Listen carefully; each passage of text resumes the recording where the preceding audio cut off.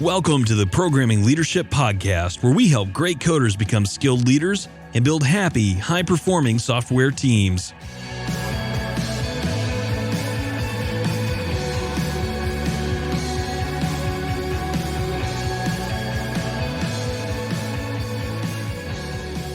Welcome to the show. I'm Marcus, and I'm so excited to have Michael Lopp with me today. Michael, thank you for being on the show.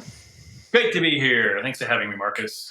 Michael is the author of the forthcoming book, at least it's forthcoming when we're recording it, The Art of Leadership, Small Things Done Well. He's also the author of fantastic books such as Managing Humans and a variety of other books, which is in its third edition and is highly recommended, and was previously Slack and lots of other companies. So, and of course, if you're not sure who he is, you might know him by his other name, Rands. On the internet, he's known as Rands, and he runs a fantastic leadership Slack room. So Michael, let's start out with this. Why is the subtitle of your book, because I'm curious about this, The Art of Leadership seems pretty straightforward, but why would you frame it as Small Things Done Well? So we were talking beforehand. I rewrote the introduction like 11 times. And the book is similar to the first book in that I've been writing for a long time. And I have these chapters that are already written and they're sort of standalone, kind of bloggy. And they don't form this huge narrative. So I discovered that what I was working on after a while was sort of the first word I came on was hacks, like leadership hacks, which is a very, nerdy word and appeals to me as an engineer and all this sort of stuff. But you don't hack leadership. That's like hacking exercising. You're like, cool, I found this quick way to get fit fast. And it's like, no, it never works that way, right? You do it 1,000 times and then you get better at it, right?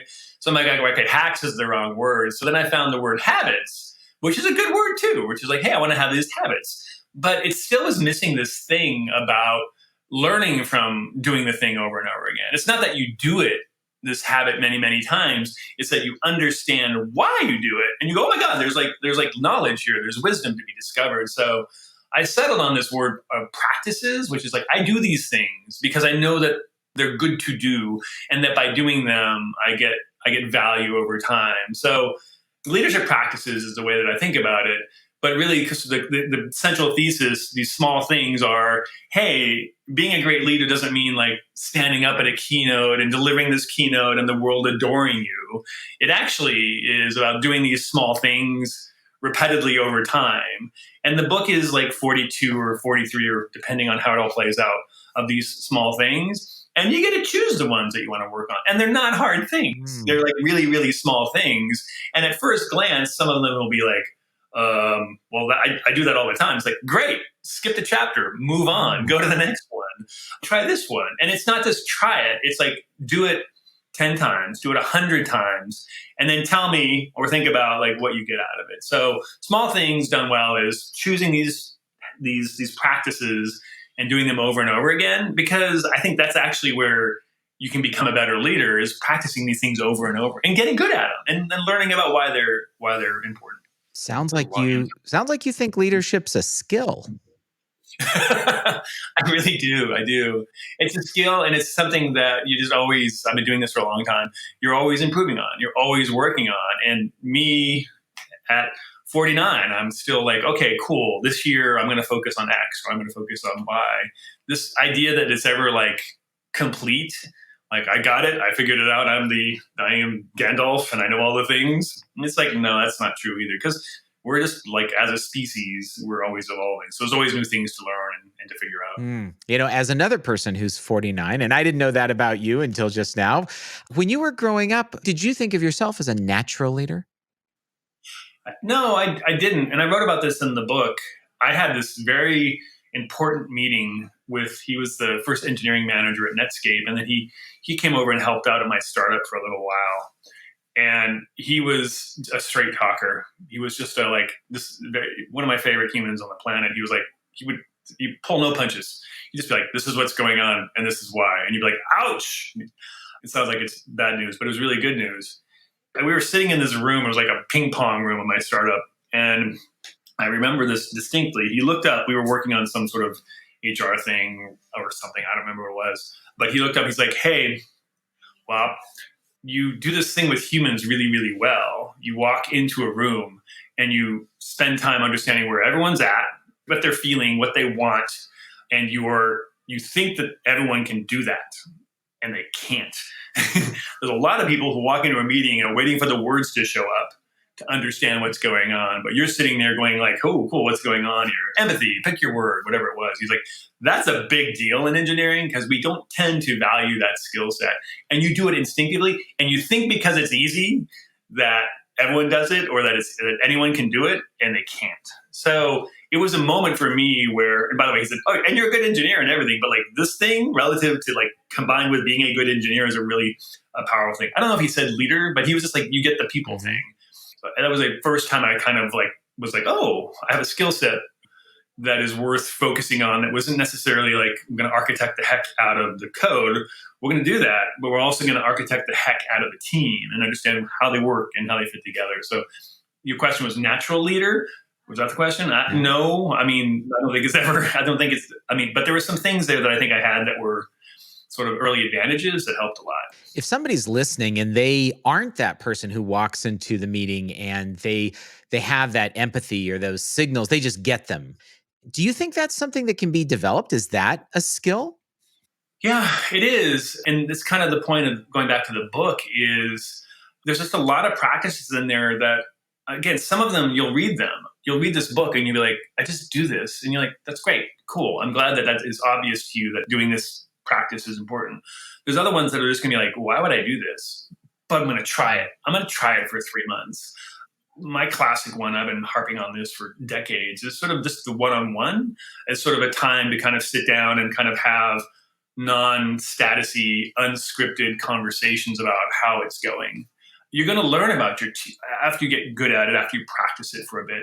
You're going to be bonded with the team more, and you're going to learn more about sort of how the humans work. And especially for an engineer that maybe is less empathetic, he or she trying that out is going to be like, oh, this is like a fully formed person here with feelings and and all this sort of stuff. I mean, I'm making it really sound simple, but it's really complex. But I think those are things you can get better at. And that's the thing is, like, we're all sort of differently shaped, chaotic, beautiful snowflakes.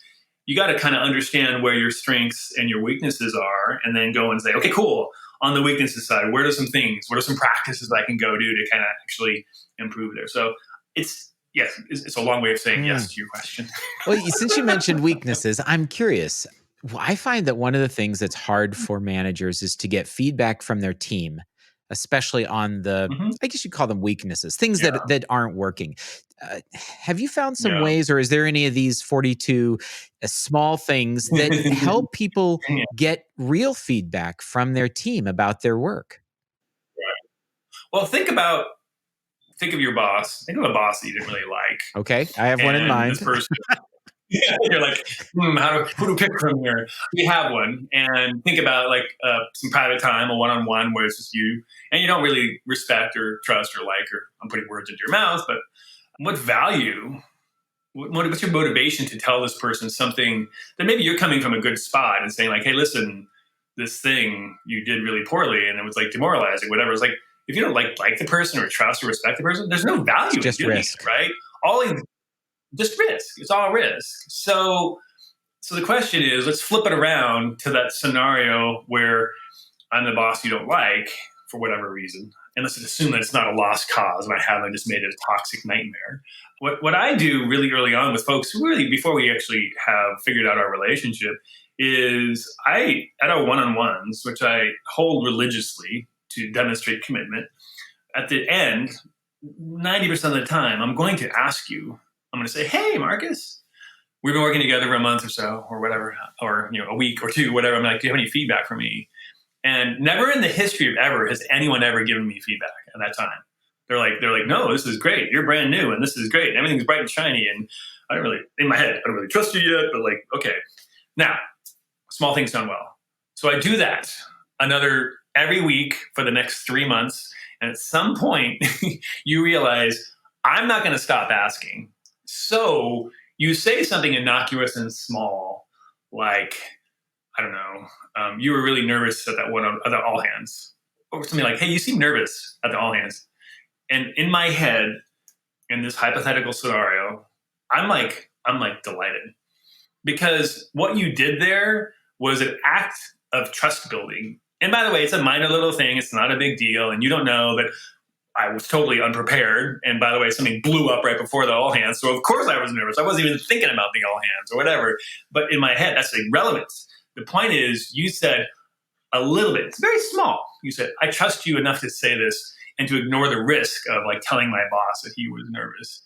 And I go, great. And I go, thank you for that. And I say, listen, by the way, yes, I was nervous. I didn't prepare.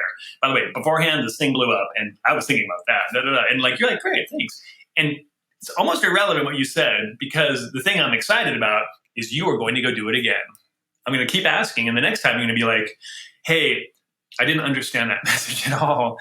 I didn't really understand what your strategy was there. And I'm like, thank you. You're right. I just YOLO'd it. And it was just me typing. I didn't even put it through Grammarly or whatever. So it's these sorts of, it's getting in those practices where people can actually figure out you can de-risk things and build relationships and build trust and respect. So I've been rambling so long, I haven't actually answered your question yet. Did I answer your question?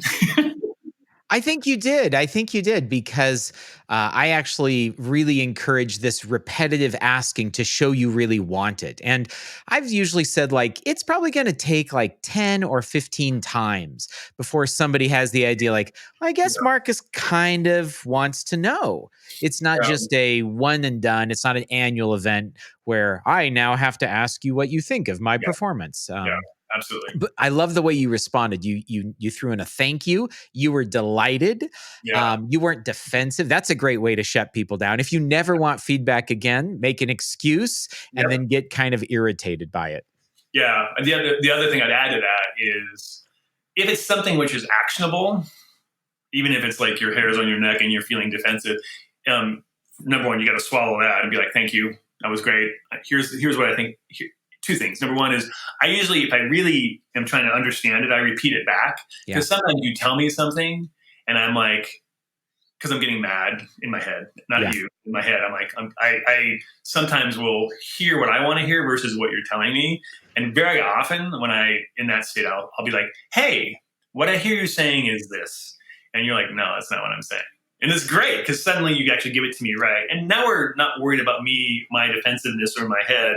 We're kind of understanding and triaging it. But then the other piece is, when I find what I need to change or how I need to follow up, the act of following up and changing it, maybe not immediately, but just saying like, listen, by the way, you keep on telling me X, I'm going to do Y. I'm not great at Y. And doing that. And even when I fail at Y, saying like, hey, I know another Y fail, but I'm still working on this.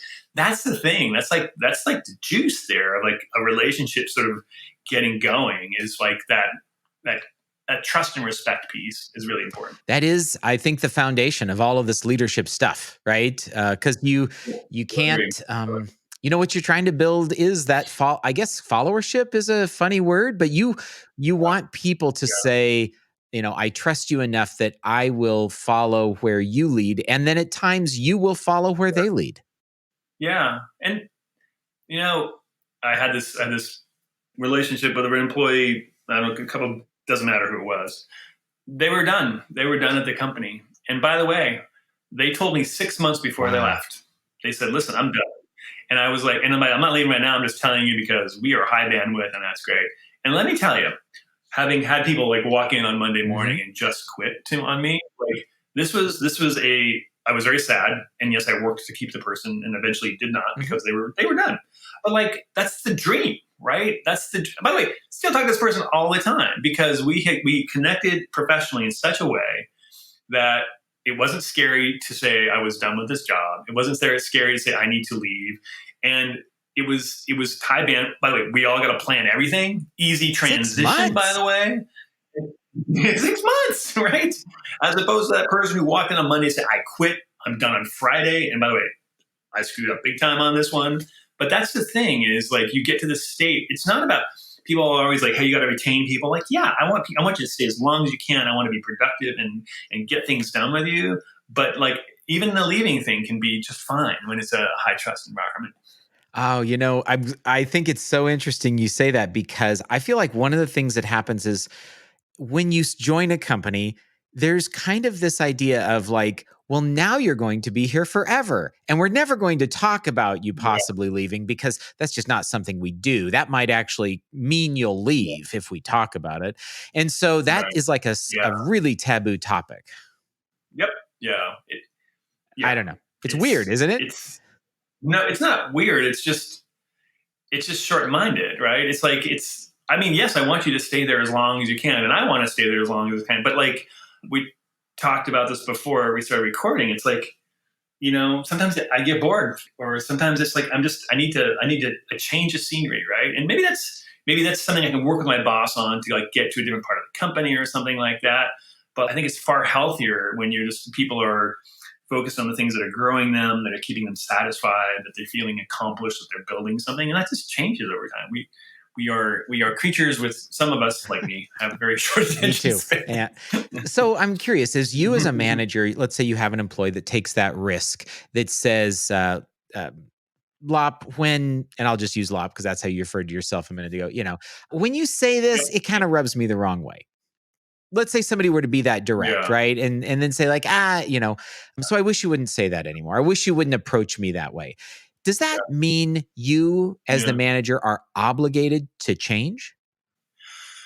Well, we're jumping to there's actually a problem, because we first need to triage the thing. Like, what is the actual issue here? And that's before we even get to what the action is. It's like, are we agreed that there's a problem? So if we agree that there's a problem on this thing, I believe that I'm obligated to make an affordance to do that. But I think what's hidden in your question is sometimes it's like, this person is just mad about this thing that's a misunderstanding, or is whatever it is, right? So there's this fear-based manager thing, and I think it's what we're talking about with sort of the taboo topic of someone leaving, of like, oh my God, this person said this thing and they're an employee and they're on Slack and they can say whatever they want to large groups of people and I'm going to be in trouble and blah, blah, blah. Like, that's just a fear-based mentality, which is a very real thing. But that's just operating from that fear place, or like saying, I just have to handle everything. You do have to have the conversation, but it doesn't necessarily mean you have to have the change. You want to figure out, what's the core issue here? Like, what is it? Were you having a bad day? Was I having a bad day? Is it a word that is really important to you? I don't even understand what that importance is. So let's have that in the discussion, whatever it is, right? So that for conversation is as important as figuring out whatever the contract is to act. Yeah. I think that I do talk to a lot of managers who say, well, my commitment is whenever somebody asks me to change, I do my very best to change. And I think, boy, you are like just setting yourself up to be in a hard spot. If you've got 20 employees and each one wants a different change every month, you can't do that. Yeah. And it's the thing about, I say this because my coach told me this a long time ago, feedback is a gift. And what he's telling me with that is that, and I just realized this right this second, is what do you do with a present? A gift. You say, oh, cool. Gifts don't come like there. They come unpacked. You unpack it and you go, cool, what's inside here? And you go, oh my God, it's my favorite comic book or whatever it is, right? But I'm kind of belaboring this point, but that act of unpacking it and going like, ooh, what's here? Right. Is actually what we're talking about here, which is sort of like, cool, number one, let's be super happy that you told me, and we said at the beginning, like, who doesn't like the gift? I'm like, great. Even if you're completely wrong, the fact you chose to do it and brought it up with me is 90% of the joy here, right? Mm-hmm. Not maybe not 90%, but that's number one. But number two is like, cool, let's go and see what's going on here. And I've had that conversation before. I'm like, wow, number one, my intent was obviously not to rub you the wrong way. Number two is, I did not know that this perspective existed. And you were sharing that with me, and that's great. Is it prevalent, or is it just you? Is it the whole company? Is it this sort of thing? Who knows? But that's sort of the discussion to have, and that's when relationships are formed. We're like sitting here figuring each other out and sharing things. And by the way, my number one favorite person at Slack, he and I argued 60% of the time. And if you watched us, if you walked in on us, you'd go like, these two humans do not like each other. They do not like each other. We love each other. He is my brother. But because we trust each other so much, we're like getting up and I'm like, this this, you are literally being a stubborn, blah, blah, blah, blah, blah, whatever it is. He's like, no, I'm not. And I know why you're angry now. And I understand that. And when we're done, I'm like, hey, cool. Thanks, Brandon. That was awesome. I learned so much. And he's like, that was great. Like, it's not easier than it is. But like, that's what you want to be with the people.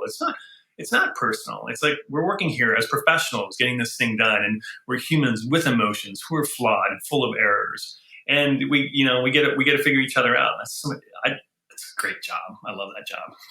It reminds me, I had two business partners, and one was just like that. People said, you guys are like an old married couple. You're always just like bickering, and you have all these in-jokes, but you are openly disagreeing in really big ways.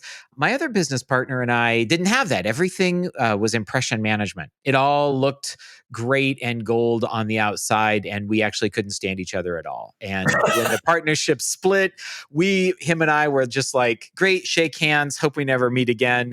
And the other person is a very close friend. After many years, we're still friends. Yeah, but there's a lesson even inside of that, which is in both cases, you had to kind of figure out how to make it work. And I would prefer the latter one all the time, but the former one does happen. And I'm like, and I have people that I depend on where I'm like, when this is done, we are never going to talk again because we are just not connected in whatever way. And there's no judgment there. It's just impedance. It's frequency, whatever it is, right? There's no joy in this relationship. It's all work. Yeah.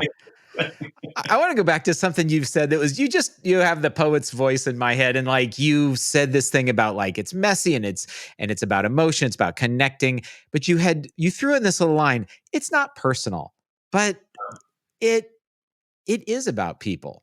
Yeah. Like, I'm trying to figure out like, okay, it's not personal, it's professional, but it's absolutely about people really connecting. Yeah. What I mean by that, if this is what you're asking, is this is work. We have work to do, and we as humans need to work together. And since someone is coming in guns blazing on this issue, whatever it is, that's going to piss me off, and I'm going to have that emotional reaction to it. When I say it's not personal, it's because it's not directed at me. It's not directed at me, Michael Lopp, the human. It's directed at me, Michael Lopp, the VP of the company, and it's work and it's professional. And they're not mad at me. And yes, it looks like they are. By the way, it feels like they are. They really, really aren't. They're mad because we are failing the customer by not doing this thing, and they're mad about that. Number one, humans have emotions. That's there. And number two is my job as a leader is sometimes just to absorb that rage. Mm-hmm. And by the way, do not recommend it over time. It's work to like take that and to be like, cool, I hear you. I would never say it like that because I will make them matter. But like to like take that, absorb it, and to really, really hear it. But it's when I say it's not personal, it's just you've been here before. When someone's coming guns blazes, even before they say something, you can tell by the way you're looking at you. I know when bad feedback's coming. I can walk in the room and be like, oh, this is going to be bad. Yeah. Right. Hair on my neck is there. And in my head, it's not personal. I'm just going into this little bubble, and it's not to not hear it. It's just, and it is to protect myself, but it's like, here it comes. I'm just going to hear this, and my lizard brain is going to want to like go and like pick a fight and be like, you don't know what the hell you're talking about. Nope. I'm just taking it. I'm just going to hear it. And when they're done with whatever their rant and rage and blah, blah, blah, so I'm like, I'm going to say what we said at the beginning of this. I'm like, thanks. That was rough. Is this what you meant? Is this what I heard? This, and this. And then we get into the less of the transference of energy and more into the sort of into the like understanding, but the unpacking of the gift. The unpacking of the gift. Ooh, I got to write that chapter. The book's not done yet. There's still time. It's not totally writing that down right now. Sorry. Unpacking the gift. You heard it here first, folks. You think I'm kidding, but I literally have like 3 more chapters that have to be edited. Anyway, so that's there. There's I feel like, and I just want to make sure, like, I just want to come in and make sure I'm understanding it because I know exactly what you're talking about. And the thing it reminds me of is Marcus the person, Marcus the role of manager, and Marcus the representative of the company, as well as, and I know this is a little weird, but I also view it as the boss in front of you that reminds you of all the bad bosses you had in the past. And so there's all this history because I'm almost never somebody's very first boss. Yeah. Oh, yeah. That's what I totally agree with that 100%. And people lots of people have had really bad bosses, and people had a template in their head of like, oh, this is what they're like. And I had to get used to that, like coming into a place where the prior human was just not good. And they were like, oh, he's just going to be the same way. And I'm like, I'm literally a totally different genetically. I'm totally different. That's what they're used to, is this archetype. And that's, again, back to small things done well. I'm not going to sit down and say like, okay, new sheriff in town, I'm totally different and blah, blah, blah. Everyone's going to be like, ooh, yeah, it's great. It's irrelevant. It's not, I mean, it's important to kind of lay a framework and whatnot. What they're going to notice is the 72 times in a row that I always do this thing. And they're like, well, that's who Lopp is, because I saw it 72 times. And maybe some of it's 50, some of it's 20, some of it's a never will believe it, whatever. But it's the line of like, actually, maybe I wrote this. I don't know. Like, leadership is an outfit that you wear, that you choose to wear that for others to see. It's, it's be the leader be the exemplar that you want to be, whatever the right poetic way of describing it is. So that's the thing. But it's not one thing. You got to be doing it 72 times in a row. Always, always, always. And there's no guarantee. Some people, the 72 times in a row, you could do it for the whole time you're there so consistently and religiously. And some people will say, well, Marcus is my manager, but I don't think of him as my leader. Like, I'm choosing because it is a choice, right? It's a bi-directional relationship, and some people aren't going to do it. And where you are in the org chart, and last time I was a VP, everyone has their own narrative about who the VP is. And some of those folks have seen in our hypothetical 72 examples of Lopp acting this way. Some have only seen it twice. Right. Because they don't have time with me. And some of them have seen it all 72 times. And some of them never seen it. And they're just working with that template of like, well, all VPs are political jerks. And that's how I view this because that's all I've ever seen, right? You got to remember, everyone's got their own little narrative about you, which is, that's a hard part of the gig, especially when it comes to communicating the whole organism, because you and I can have a one-on-one and I could be high bandwidth demonstrating 72 times this is the way. But then there's a couple thousand folks, right, who are going to see me twice a year. How am I going to affect them? How am I going to lead them? It's a tricky job. That's why I'm taking a little break. And I'm curious, like, because managers who come into a new organization, oftentimes I have the perception that their boss will say, well, let me give you the rundown of the team.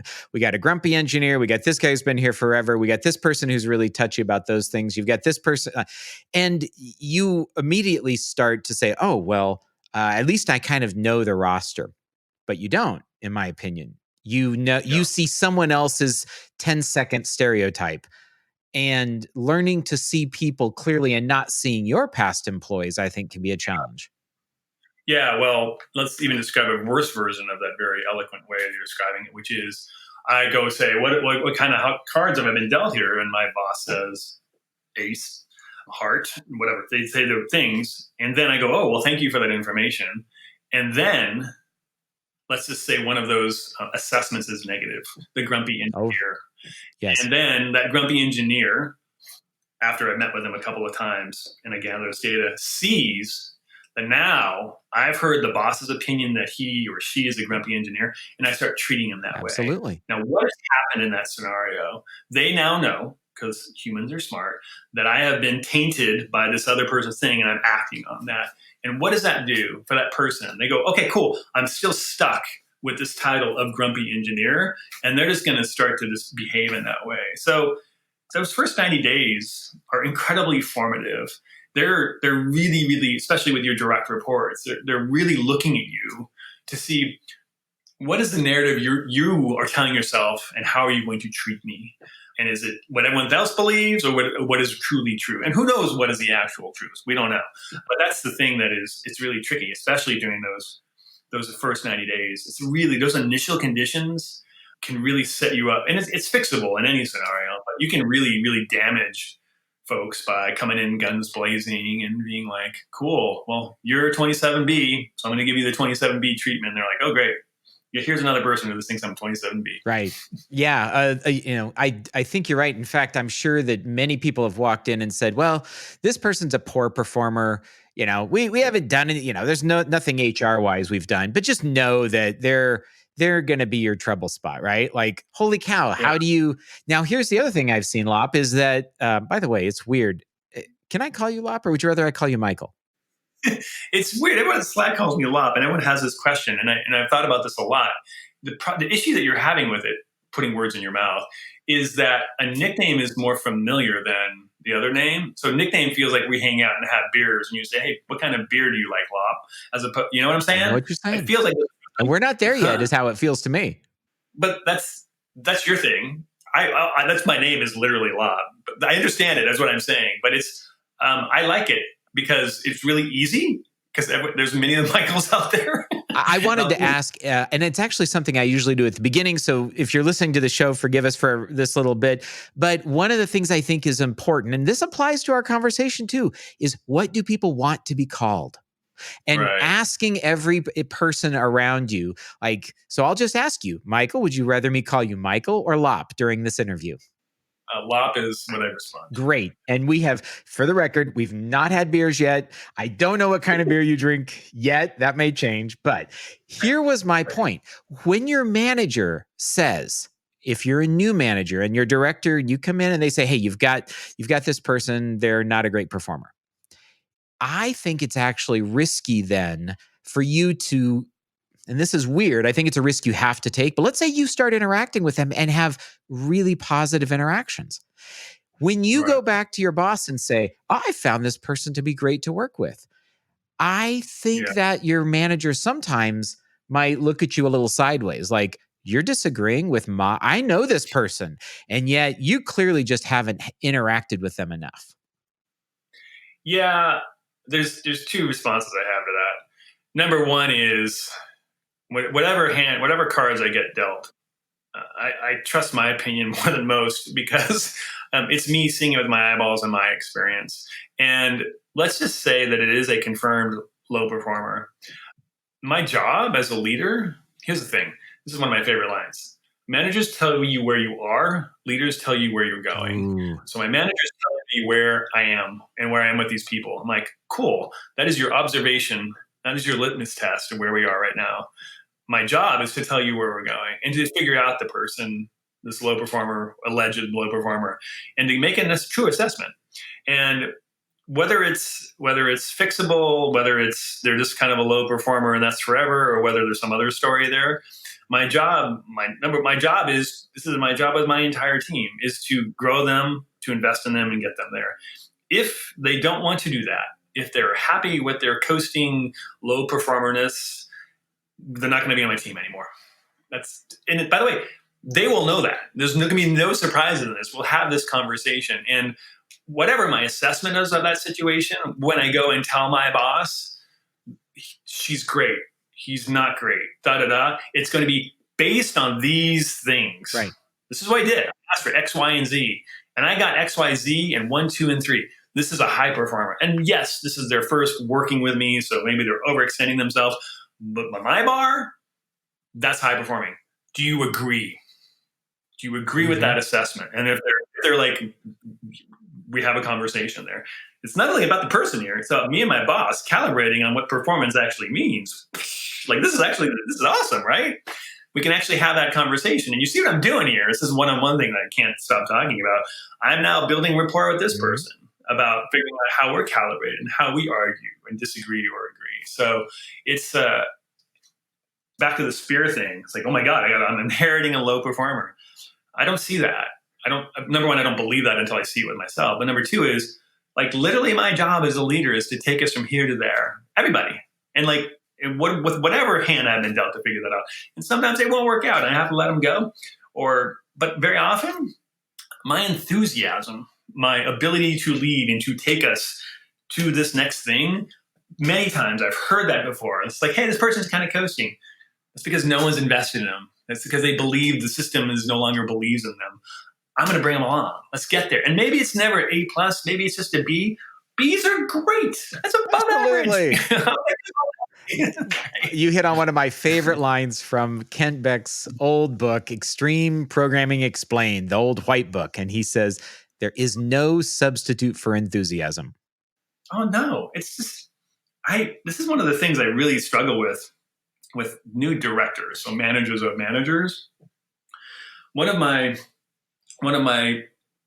merit badges for the director level is what you just said, which is someone coming up to me and saying, "Hey, whoa, this is a bad situation, and da da da da da, and this is going sideways." I'm like, who other than you, Director Marcus, is going to fix that? You're waiting for me to say go? Like, that's literally not my job is to clear the way so that you can go, and like you don't even have to tell me.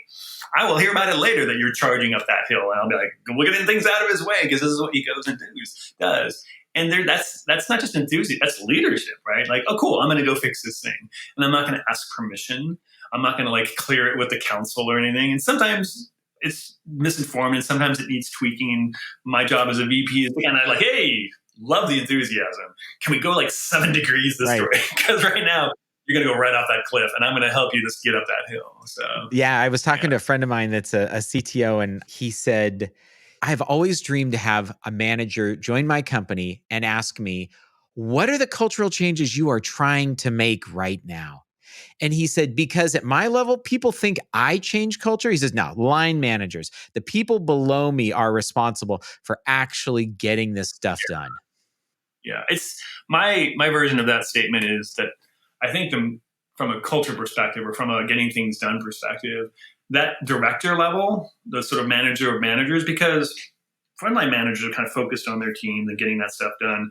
Directors, hard job, are focused on their team, but they're also focused horizontally as well. So they have actually the most ability to affect change across the company because they're talking to Julia and to Marcel and those folks, and they're doing that thing, and they're behaving as leaders and demonstrating sort of like the culture or the process or whatever it is that we're trying to fix there. So that level is, to me, is sort of where I spend a lot of time investing. So you mentioned this idea of the peers at the director level. And I know one of the concepts that I really like is this idea of first teams, in that the people who are your peers become your allies, become your trusted confidants.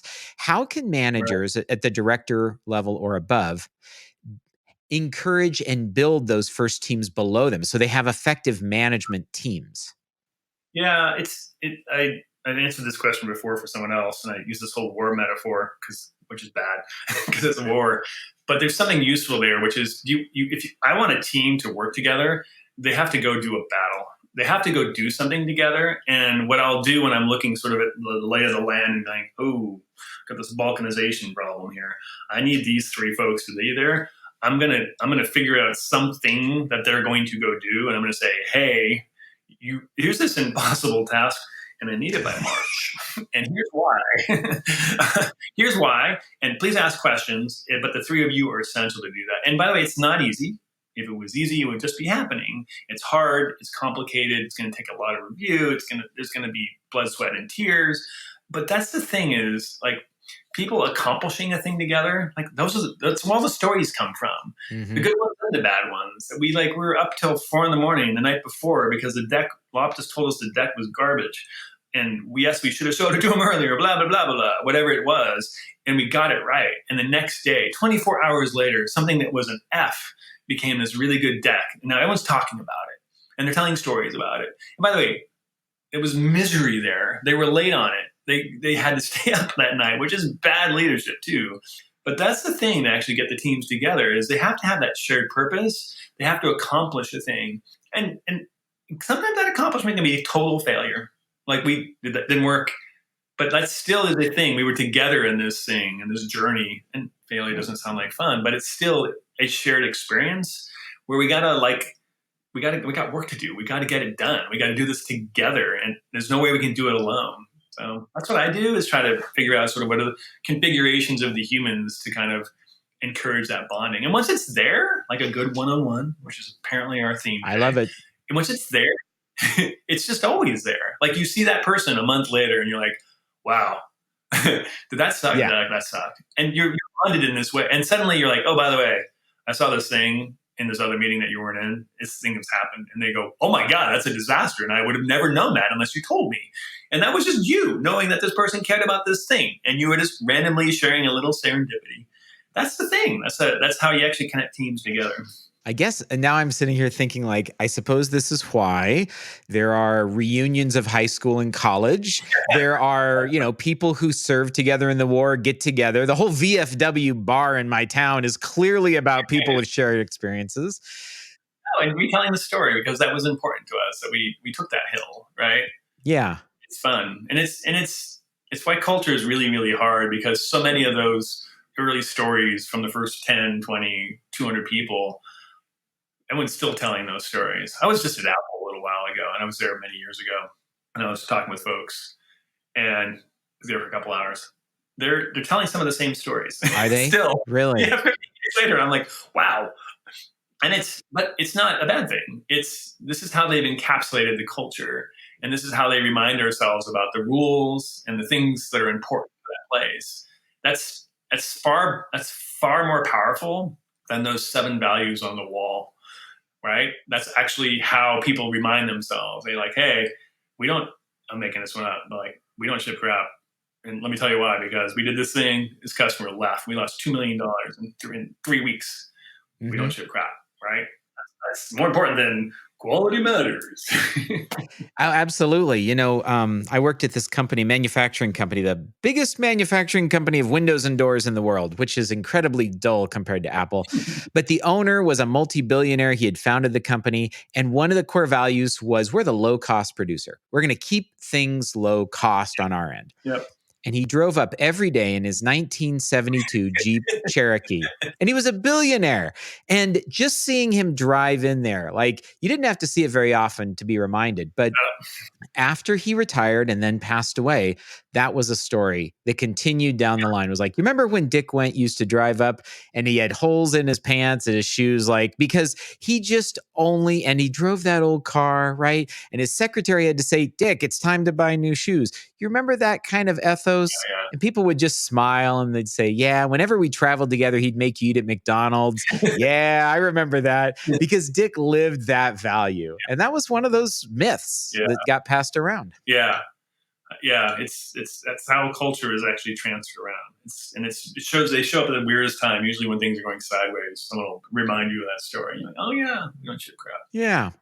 Well, Lopp, I've just so much enjoyed our chat today. Is there where can people find you and engage with your work online and buy your fantastic book? Art of Leadership, Small Things Done Well is on Amazon. It's currently number 1 on the business management new releases. So who knows what's going to be going on where this actually gets published. But that book's coming out. The Rands in Repose, Rands, R-A-N-D-S, in Repose is the blog. I write there. I do a podcast too called The Important Thing. But I think most importantly for this audience, as you already mentioned at the beginning, we have a Rands Leadership Slack community. It's about 12,000 folks. And the requirement to get in is you must be able to work email and find out how to get invited. It's super easy. I will send, but that is literally one of the things I'm most proud of. And I have very little to do with it. Just a lot of very focused, thoughtful, diverse set of leaders helping each other out. So you should all join that Slack community. It will blow your mind. It will blow your mind. I'm in there as well. And we'll put a link to all of those fantastic resources in the show notes. Thank you so much for being on the show today. Absolutely. Happy Mary, or whatever is going on when we post this. Thank you for listening to Programming Leadership. You can keep up with the latest on the podcast at www.programmingleadership.com and on iTunes, Spotify, Google Play, or wherever fine podcasts are distributed. Thanks again for listening, and we'll see you next time.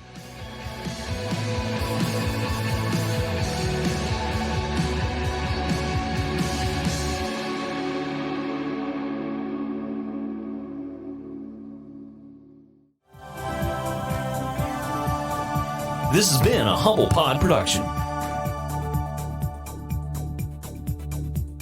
Stay humble.